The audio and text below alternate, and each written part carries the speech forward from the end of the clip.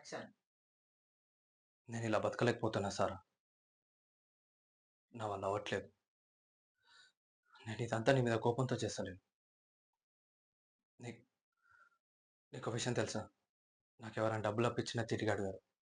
ఎందుకో తెలుసా? నా మీద ఇష్టంతో కాదు. వాళ్ళెంత అడిగినా నేను ఇవ్వలేనన్న నమ్మకం.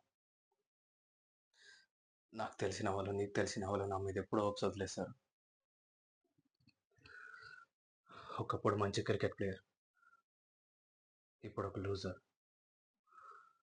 వాళ్ళందరూ అలా చూడడంలో తప్పే లేదు. నేను అలానే ఉన్నాను. ఇంత పెద్ద ప్రపంచంలో ఈ రోజు దాకా నన్ను జడ్జ్ చేయండి.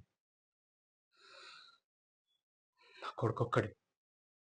వాడికి వాళ్ళ నాన్న ఉద్యోగం చేస్తున్నాడు, డబ్బులు సంపాదిస్తున్నాడు, సక్సెస్‌లో ఫెయిల్యూరో ఇదేం సంబంధం లేదు. వాడికి నేను నాన్న. అంతే. వాడు ఈ రోజు దాకా నన్ను ఏమడగలేదు సార్. ఎందుకనిపించిందో బర్త్‌డే రోజు జెర్సీ కొనిమ్మని అడిగాడు.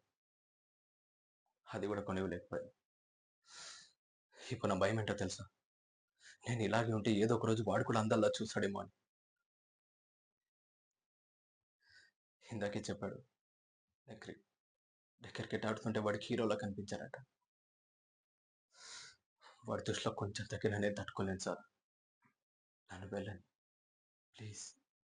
నాకు నిజంగా నీ మీద కోపం లేదు. ఎవరి మీద చెప్పనా? రోజు ఆ సోఫాలో కూర్చొని ఏ పని చేయకుండా క్రికెట్ చూస్తుంటాడే. అర్జున్ మీద. నానిగాడు అడిగిన చిన్న కోరిక కూడా తీర్చలేకపోయాడే. అర్జున్ మీద. నేను రోజు కిచెన్‌లో ఏడ్చేలా చేశాడే. అర్జున్ మీద. నీ మీద కాదు సార్.